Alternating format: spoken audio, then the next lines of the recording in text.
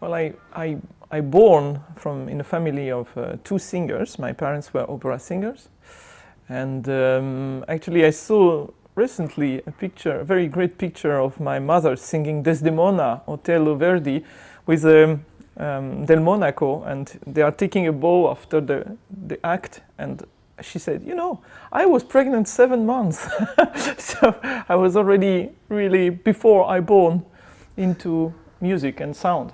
So there was no choice for you, you just had to go that way.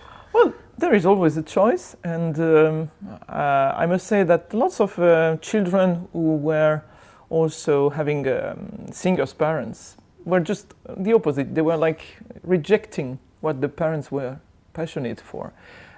So I don't think it's automatic, but I think if you love music like I do, it's a fantastic luck to start before you just born and get the sound of the voice of your mother singing is something which probably is food for your whole life. But your friends, when you were kids, did they enjoy music? Did you share music with them, or were you the only musician? No, I was for a long time the only musician, and it was very hard actually. It was it's a kind of children, they don't like to have someone different, and the fact that I was passionate by classical music, as people say, was very hard to carry until I was 11, and I was lucky to be in we have special schools in France. I don't know if you have this in Norway, where you have normal study in the morning. We call it musical class, and the afternoon is dedicated to music. So you work more than other children because you have to go to school every day, but you are also doing music course every day. And from that time it was paradise, because I was surrounded by people who had the same passion, and I was not rejected as the one who likes things that the others don't like. So I really loved it, and I was a pianist, a bassoon player at that time. I was playing in the orchestra, and I was doing all the classes, and I started conducting as a teenager later. So was it difficult to find out which path you should follow, which particular instruments or part of music you should develop in? Yes, in a way, because I was so bulimic. I mean, I loved everything, and I was passionate by everything I was doing. I adored the piano, and I still adore it, and I still just love to, every time I see a piano and I have my Steinway, and I just, oh my God, this is heaven. And I wanted to breathe and to play woodwind instruments, and I played also cello and viola. I had no talent for that, but I loved it. And it was difficult, but the choice was made quite obviously by where was I better. And my voice was very special, and I got very quick start as a singer. So it was the obvious choice I had to do, because I was more special in that range than as a pianist or as a bassoon player. And as a conductor, it would have been my dream already, but it was just impossible as a woman to grow up and to do something really at the highest level. And it took me 1 or 2 years to understand that very quickly. You proved it now, that a woman really could do that. But I just wonder a little bit about your youth. Was it only classical music all the time, or were you a rebellion? Were you into rock and roll? Did you try anything else? I was a rebel, but not at all about music. I tried to be rock and roll with my classical music. That's different, you know. I was on a motorbike with leather jackets, and I was really rock and roll style. But the combination with classical music was not a fashion at that time. Now it's very fashionable for the new players to be that style, but that was a bit special. But I was completely into it and obsessive with classical music. I I love to listen jazz and some relaxing Brazilian music or prog rock.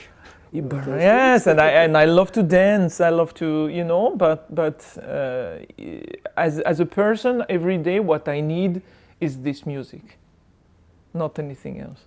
It's part of you. Totally, yes. So, your career as a singer, it's been grand. You really made it. Tell us about how that developed. Well, I had a very quick start because my voice was rare. You know, a contralto voice is very, very rare. And I studied with my mother when I was 16, and I got the first prize in the music school a year after. I got an international competition 2 years after. And I started in the school of the Paris Opera, where they have only 20 opera singers. I stayed there for 4 years. I was the youngest ever coming to the school. And we had auditions. A manager picked up me immediately. I was 18, and I started to have already important concerts. In the meantime, I was a student. I was living like a student in a very poor flat, and you know, the bohemian life you can imagine. And I already got concerts at Salle Pleyel or oratorios and things. But I was very wise in the meantime. I was really taking care not to accept everything, and I made very clear choice, and I was really strong enough to say no many times, which is hard when you are young. You just want to say yes all the time. All the opportunities are there. Exactly. So I had a very quick start, very early start, and when I finished the school, I won the Neue Stimmen competition in Gütersloh, and that was the start of really international career.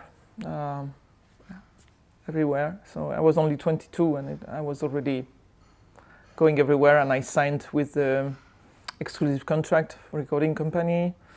Actually, I did about 80 recordings now as a singer, so it was an early, quick and long way in the meantime. And that career took you way up, but you wanted to do more. You wanted to conduct as well. You started with the chamber orchestra. Yeah, well, I kept the dream of conducting all my life, but it was just like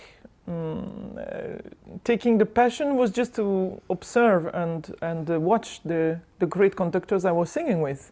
And that's probably the best luxurious school you can ever have as a conducting student, to sit in the middle of Berlin Philharmonic or whatever all the time and just watch the greatest conductors around you. And of course it's a school, it's a dream for every student in conducting, and I had that for more than 25 years. And when I started to create my chamber orchestra, it was not the dream of conducting at that time. It was the dream of achieving something more related to the music, because as a singer, I love to sing, and it is my instrument, my main instrument, and the best way to express myself instrumentally, but it's limited. It's limited because you have the limits of the voice, you have the limits of the repertoire of your voice, and my voice has a small repertoire. You have the limits of having one line, and the limits of always depending of partners. And suddenly I felt I have accomplished so many dreams. I have seen all the repertoire I wanted to sing. I have sing with all the greatest conductors ever. I have sing in the all greatest hall, Carnegie Hall, Musikverein, everything. What else now?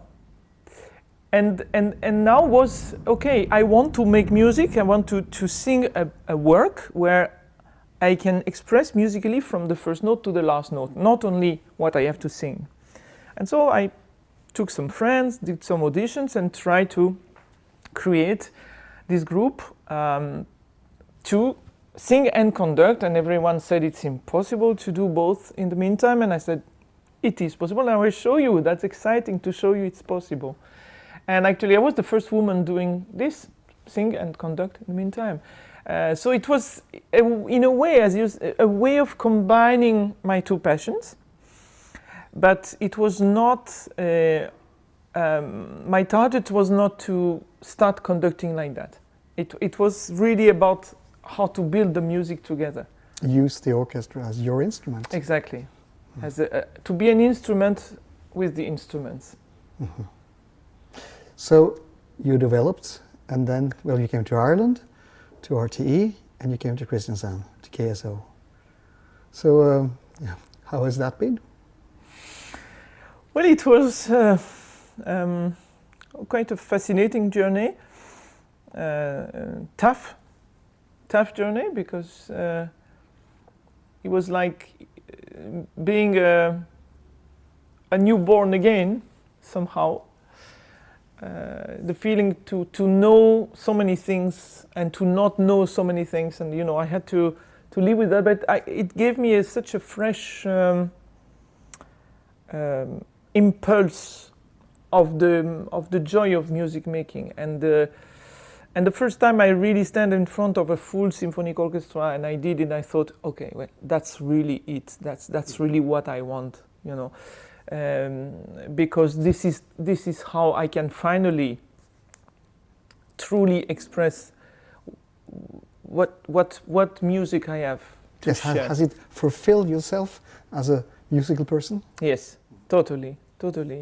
It's like I felt like a flower ready, but when the flower is getting at her best. A beautiful picture. Yes, it's coming like that, but it's just like the dimension that a symphonic orchestra has, the colors, the choice of colors, the repertoire, which is immense. So everything which I didn't get as a singer, I get it with the orchestra. And it felt really natural. It felt really. I didn't felt block or whatever. I just loved it, and obviously musicians loved it too. So I cannot be more happy. So how do you see the way further on? What more can you reach for? Well, I want to improve myself, to be better every year. Every time I do something, I am a perfectionist, and I'm never satisfied. So the challenge is always going further, and of course, well, the best you can grow up is like making music with orchestras you love, and the repertoire you love. I mean, what else? And this is it can be here, it can be in other places, but the point is that, and of course I also want to conduct opera. I conduct more and more opera. I did already some Wagner operas, and I love it. It's also very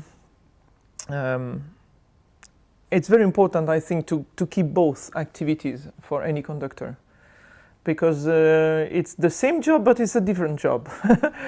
To conduct an opera is much more like piloting. You keep the evening. You have to save situations all the time. And you're a singer yourself. Exactly, and I love to help singers, and I know their problems. I know their difficulties. I know how to help, and it's wonderful. But it's completely different. The symphonic repertoire is much more about how you rehearse. If you rehearse really well, when comes to the concert, you can rely on people and be sure. In opera, you never know. There is always something happening on stage. There are too many people involved, and it's good because it's like when you learn to drive with a bad car. Yeah. When you start with this kind of car, then you know how to drive. If you start with a Rolls Royce, you don't know how to drive.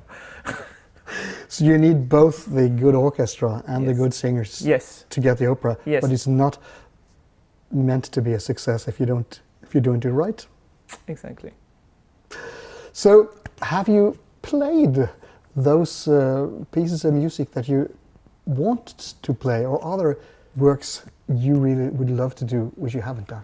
Oh, there are a lot with this repertoire. So you were asking about your dreams. Exactly. I think I will never be able to achieve all of them. But at the moment, I really try to focus on my core main repertoire, which is the late German Romantic mainly, and of course My love for Brahms is very famous, and for Wagner as well, even if they were not friends. I mean, it's not your fault. No, it's not my fault. And Strauss and Bruckner, and of course Beethoven is very important, and Mozart as well, and Schubert and Schumann, and all those amazing genius. And after this building up, you just extend. You just, maybe this symphony I can do better now, and this and that. And I love also sometimes, I would love to have a little more time, actually, just to have more time to listen.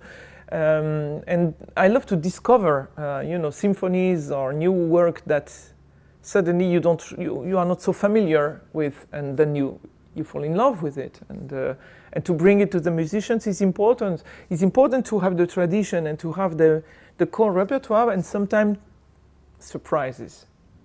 But it's still out there waiting for you to work with it as well. Yes, yes. Nathalie Stutzmann, we'd love to follow you further on. We're really looking forward to what more will come from you. Well, thank you so much. I'm really happy here, and I love my musicians and this place. We have a fantastic acoustic. We have very good conditions to deliver the best, and I think we all know it, and we try our best.